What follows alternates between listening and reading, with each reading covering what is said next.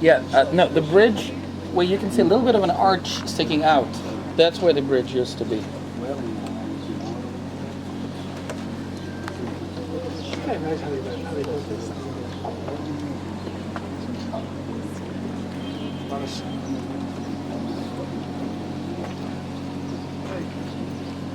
you can leave those stones in place like that. It doesn't have to be sold.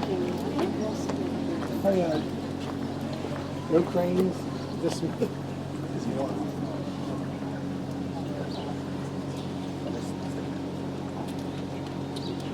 Friends, do you realize that the street that you're walking on is from the days of Jesus? And this is where Jesus and disciples were walking to visit the temple. So that's a real one. Okay? Everything that you see, all the ruins that you see were here in the days of Jesus. All of it was here in the days of Jesus. Anybody that wants one that Thank didn't you. On the way out, you can also fetch.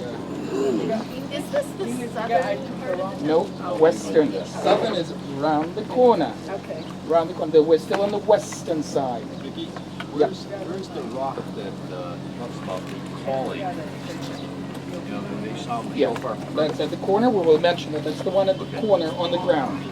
On the ground. Uh-oh, moving. And you know what, friends? Here's something that maybe you would like to see. Unlike the traditional site where we were a few minutes ago.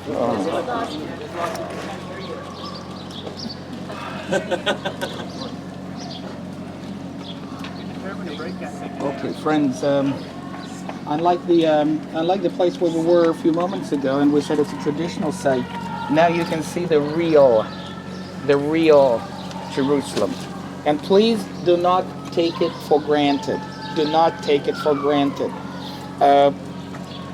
Because if you were here before 1967, you would not be able to see anything. Can you look where people walking, maybe you don't see it, but people are walking above our heads? Can you imagine that where we are, all that was covered to the street level? And we were under the street level. If you were here before 67, you would be able to sit under the arch. Sit under the arch. Okay? What happened to it? This is what we're going to study. We're going to kill one cow, and then another cow, and then another cow. We will deal with this. But what I would like you to sense, maybe again, this is one of the few places in Jerusalem that we can restore, that we can show you that goes back to the days of Jesus. There are not that many. There are not that many, and you will hear this refrain after 1967. After 1967, what happened in 1967? Anybody would remember? Here in Jerusalem, the war, the 6-Day War, because where are you now was Jordan before 1967. It belonged to Jordan. So what I would like to make sure that you realize that almost nothing was excavated here, because the Jordanians, the Palestinians, the Arabs are not interested in you to know this. They do not want you to see this, because anything that you see today will take you back to the Jewish history, friends. And that gives the legitimacy to what? To the Jewish presence of the Jewish state here. And that's exactly what they want to avoid. And archaeology becomes such a primarily tool in this, folks. So the fact that you can sit here and see Jerusalem, a little bit of Jerusalem from the days of Jesus, don't take it for granted. It's a little miracle, because there are so many people that do not want you to see this. Okay, so that's A. B. We will go today on the Via Dolorosa. Okay, in a quest to see, in an attempt to see how Jesus walked from where he was tried to Golgotha, right? That's what is called the way of suffering, the Via of Dolores, of suffering. Okay. And I would like to explain to you now, I would like to present it to you now, that the Via Dolorosa is the Catholic concept to remember Jesus' suffering that has nothing to do with history or archaeology. Am I clear on this statement? Yes. In other words, when we walk on the traditional Via Dolorosa that has been developed by the Catholic Church, and there's nothing wrong with it, to remember the sufferings of Jesus. But that was developed in the church outside Israel, not based on archaeology, and so it will be purely traditional walk. Nothing historical, nothing archaeological. I will not be able to show, even if you ask me, Mickey, is this where Jesus stopped? Is this where he fell? Is this where he walked?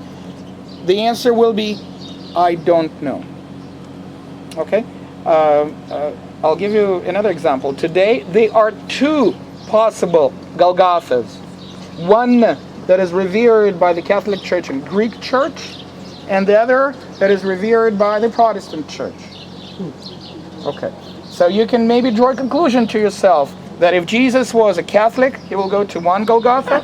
If he was a Protestant, he would go to the other Golgotha. But that would not be correct, because he was neither, or neither. Again, I'm not trying to ridicule anything, but I'm just trying to say that we don't know. We don't know specifically where Golgotha was, and it's done on the purpose to try to prevent you to worship the place, but rather to worship the Lord rather than the place. So I know that for many of my friends, many of the tourists and pilgrims that are coming here, the Via Dolorosa is the highlight of their trip, and I'm sorry that I'm disappointing you that it will not be historical, will not be archaeological. For that purpose, I want to compensate something. I want to give you the feeling of the real street where Jesus walked, and that's right here. This is what you see now. This is the main street of Jerusalem that goes by the temple platform. Big, large, you can see it's nicely designed, big street that goes by the temple, continues all the way to my right to the left. And at least a little bit of this real street you can see today that is the real street where Jesus walked. So if anybody at home asks you, did you walk where Jesus walked? The answer is yes. All right, you did. And you can tell them, you can do the same thing if you come on a pilgrimage to Israel. I encourage them to come. But this is the real place, and we are going to examine it. We're going to examine it because Jesus was here on numerous occasions at the temple. Numerous occasions at the temple. And another thing that I was able to prepare for you folks, something based on my personal context here. We will try to see a computer simulation of how this area looked like on the computer. There is a doctorate dissertation that was made by Jewish students in Los Angeles and UCLA, University of Los Angeles. And this doctoral dissertation is presented in a visual way of the computer simulation. And that's what we're going to see at 10 o'clock. So we'll have a special appointment at 10 o'clock to see how the temple area looked like 2,000 years ago. This is a picture. This is just one picture. But we will have a better understanding, better idea of how things look like at 10 o'clock. All right, so it is something that that is really interesting. And we want to be there on time. All right? Purchase a copy of the video. No. They don't have it on sale. Maybe they will one day, but not right now, because it's not a video. It's a computer program. It's a computer program, and there's a person who actually will take us around on this computer program. It's a program. Okay. So now I would like to go through some points or some events of Jesus's life that are connected to the temple. Anybody would be able to help me to recollect if you remember any episodes of Jesus's life connected to the temple. When he was 12 years old, what would be the occasion? Bar mitzvah, most likely bar mitzvah. Today's Monday. Have you heard a little bit of a noise up above? Today is the day for bar mitzvahs. So you will probably see today lots of bar mitzvahs at the Wailing Wall. It's Tuesday. Today's Tuesday. You know, I'm on sabbatical. It was yesterday. Sorry about that. Bar mitzvah day is Monday. Yeah, usually Monday. But maybe somebody will do a bar mitzvah on Tuesday. Usually it's on Monday. Okay. So please forgive me on this one. Jesus on bar mitzvah. As a matter of okay. Well, what else? Money changers. The episode with the money changers that took place on Palm Sunday. Right? Palm Sunday. That is about a week before Jesus was crucified. Right? A week before Jesus was crucified. On Palm Sunday, when we mentioned that Jesus comes on a donkey. Remember, rides on the donkey from the Mount of Olives all the way down to the eastern gate. We are on the western side of the temple. He came to the east because he came from the east, from the Mount of Olives. And he comes to the temple complex. And the first thing he does, he knocks down the money changers. Okay, very good. What else would you remember? Circumcision. Very, very good hint. Very, very good hint. So I'm not going to blame you that it is incorrect because you're not Jewish, so that's fine. You never do circumcision at the temple because it's blood, it's unclean. So yes, Jesus was circumcised, but he was circumcised at home. He was circumcised at home. Well, he was brought to the Excellent. temple. When he was brought to the priest. temple, to the priest for dedication. 8 days. Excellent. No, he was not 8 days. No. That's a very good point. But it was not 8 days. No, he was not 12. No, see all this Jewish stuff that is written in the book of Leviticus is so boring that we don't pay much attention to this. We maybe read it once and then we forget about it. But I would. It's a very good point. I would like to give you the reference here. The births, the shepherds. Okay, the circumcision and presentation of Jesus. We read in Luke chapter 2, verse 21.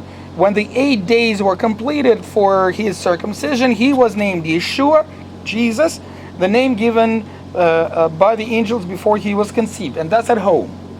Okay, you do that at home. And when the days of their purification according to the law of Moses were completed, they, who are they? Mary and Joseph, parents of Jesus. Mary and Joseph brought him, i.e. Jesus, up to Jerusalem to present him to the Lord. You see? And just as it is written in the law of the Lord. So we have two elements here. One element that reminds us Exodus 5 is that we can present the baby to the. We must present the baby to the Lord if it's the first born male child. First born male child. You see, me and my wife were working on this male child for 20 years. And my wife says it's all my fault that we do not have a male child. But even if we succeed this year, we will not present this child to the Lord because it's not firstborn male. It must be firstborn male child. But and that is That is when, and to offer a sacrifice, according to what is stated in the law of the Lord, a pair of doves of two young pigeons. There was a man in Jerusalem whose name was Simeon. This man was righteous and devout, looking forward to Israel's consolation, and the Holy Spirit was on him. And it had been revealed to him by the Holy Spirit that he would not see death before he saw the Lord's Messiah. Okay? But that would be possible to present physically, to present Jesus to the temple would be only possible when Mary's days of purification is over. Because according to the law of Moses, a woman after childbirth is unclean. About a month for a male baby and 2 months for a female baby. Why? I don't know, but that's what is stated in the book of Leviticus. Right? So for the first time, we see Jesus here as a baby when he was about 1 month old, That's when Mary was pure and she was kosher to come to the temple for this special celebration, which is the dedication of the male baby to the Lord with pigeons. You take pigeons for sacrifice, you bring pigeons for sacrifice, and the thanksgiving of the good birth of a male child. Now, in Scripture it says they. Would Joseph have Absolutely, had to wait both. because Absolutely. Is that Hollywood that he helped deliver the baby? But we're not talking about the delivering of the baby right now. I don't. Well, for his purification. He was pure. He was pure anyway. It's a regulation for the females in this case of the childbirth. It's the childbirth regulations. Just to make something a little bit clearer, the firstborns get justice, secondborns get mercy. Let's not get into this. Because we're talking about a different thing. We're talking about a tradition that has been recorded in the book of Leviticus to present the firstborn male child to the Lord, and that's what happened to Jesus here. But that was only possible when Mary became clean. So let's just stay with this for a moment. I have a question. Uh-huh. There's a story in the Bible where Jesus, when I think in the temple or was in the synagogue, where his parents actually left him and forgot him. Is this the same place? Yeah. That was when he was Okay. 12. Now that's a very good point here. Oftentimes, Christians confuse between the temple and the synagogue. Right. And that is because the Jews make Christians confused. They confuse them because the Jews in America call their synagogues temples. Okay? Which they should not, because it's historically incorrect. The synagogue is the synagogue, as the temple is the temple. And what's the difference between the two? There are a number of differences, but there's one major. Sacrifice, thank you. The place of the sacrifice is the temple in Jerusalem on Mount Moriah, right in front of your eyes.